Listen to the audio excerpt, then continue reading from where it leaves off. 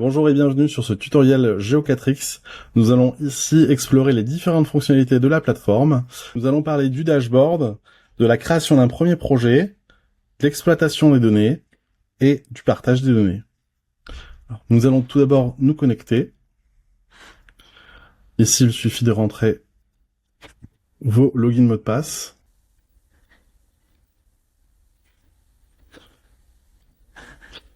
Lors de votre connexion, vous arrivez sur le dashboard. Le dashboard est composé de 4 parties. La partie administrateur. Cette partie, vous allez pouvoir enregistrer l'ensemble de vos collaborateurs qui pourront eux-mêmes déposer des utilisateurs, mais aussi déposer des projets.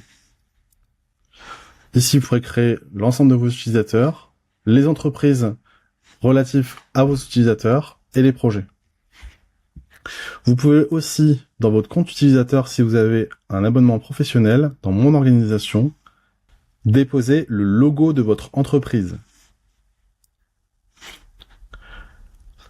Pour la création d'un premier projet, il vous suffit de cliquer sur Ajouter un projet, de rentrer le nom. Je vais l'appeler Premier projet.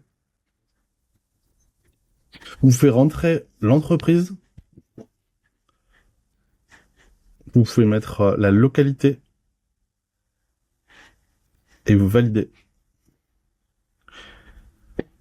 Pour déposer des données, rien de plus simple, vous cliquez sur Ajouter un groupement, vous choisissez la date de votre groupement, vous mettez une désignation si vous le souhaitez, ce n'est pas obligatoire.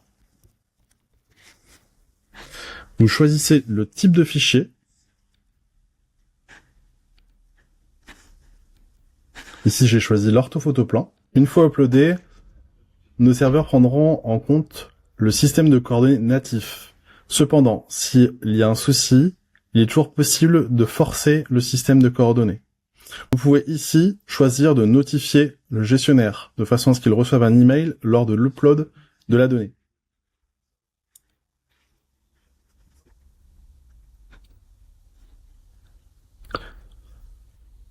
Nous allons mettre le nuage de points.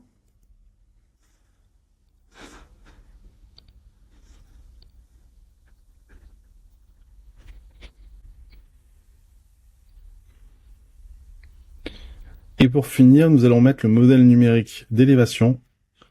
Ce fichier est très important car c'est lui qui va faire la liaison entre la 2D et la 3D.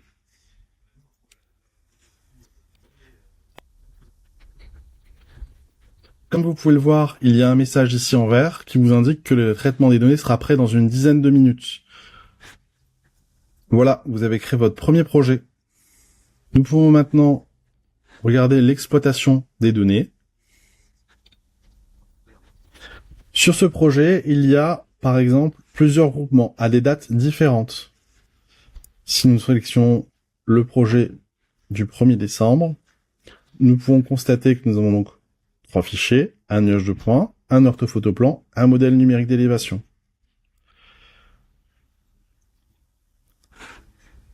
Nous pouvons donc voyager à travers le nuage de points. Nous pouvons passer de la 2D à la 3D ici. Il est possible de venir masquer les mesures. Il est possible aussi de faire glisser entre le modèle numérique d'élévation et l'orthophotoplan, ainsi que jouer sur la transparence. Il est possible de changer de carte. On peut mettre la carte satellite ou encore le cadastre.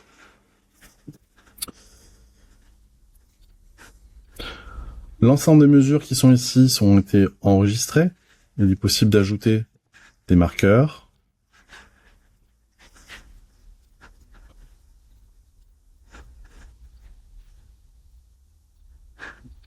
Chaque élément est éditable.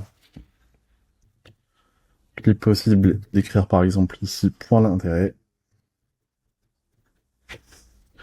On peut ajouter un descriptif. Nous avons aussi les coordonnées aussi ici qui sont éditables. Si vous faites un double clic par exemple sur une mesure, vous allez directement sur la mesure.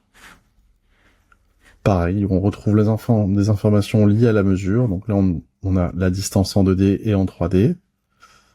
On a aussi les coordonnées qui sont éditables.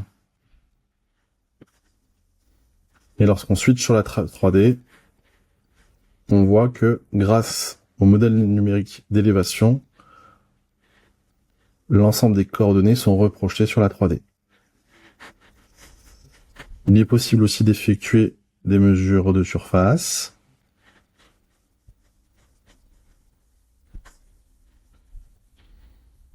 À partir de cette aire, on peut, si on veut, créer un volume. Ici, je vais l'appeler volume numéro 2. On peut aussi donner une couleur spécifique. On a l'aire de la surface qu'on vient de créer. Et on va pouvoir choisir une méthode de calcul de volume. Ici, j'ai choisi la méthode de triangularisation.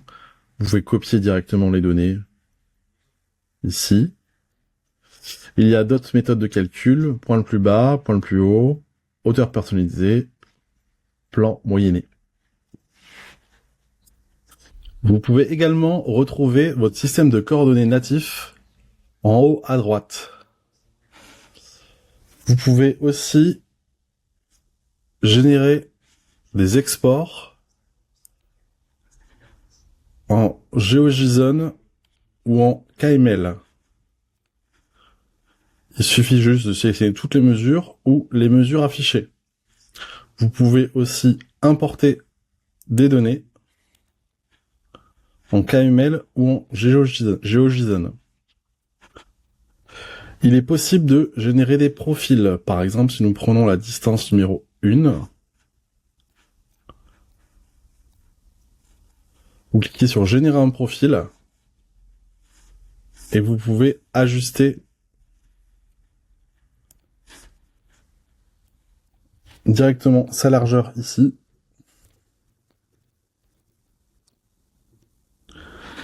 Et afficher la 2D. Il est possible d'exporter la donnée en point .las ou en CSV. Vous pouvez personnaliser la gestion. Vous pouvez personnaliser l'apparence du nuage de points.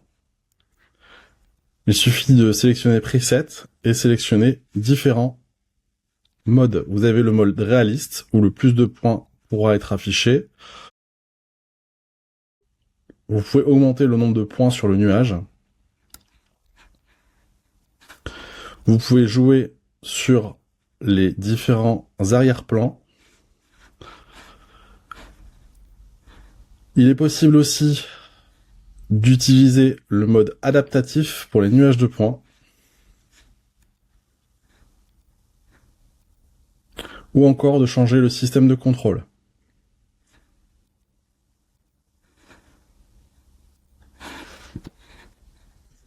Si vous souhaitez partager votre projet, rien de plus simple.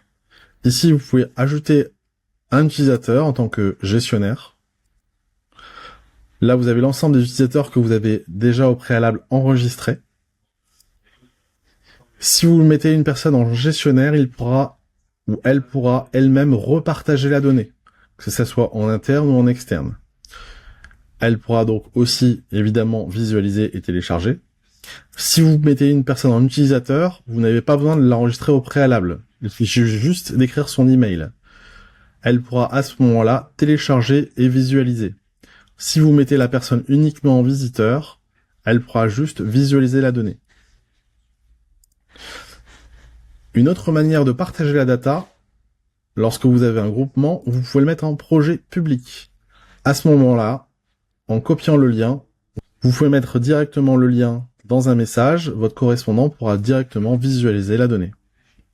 Voilà, vous savez tout. Je vous souhaite une bonne journée et une bonne utilisation de Geo4X. Au revoir.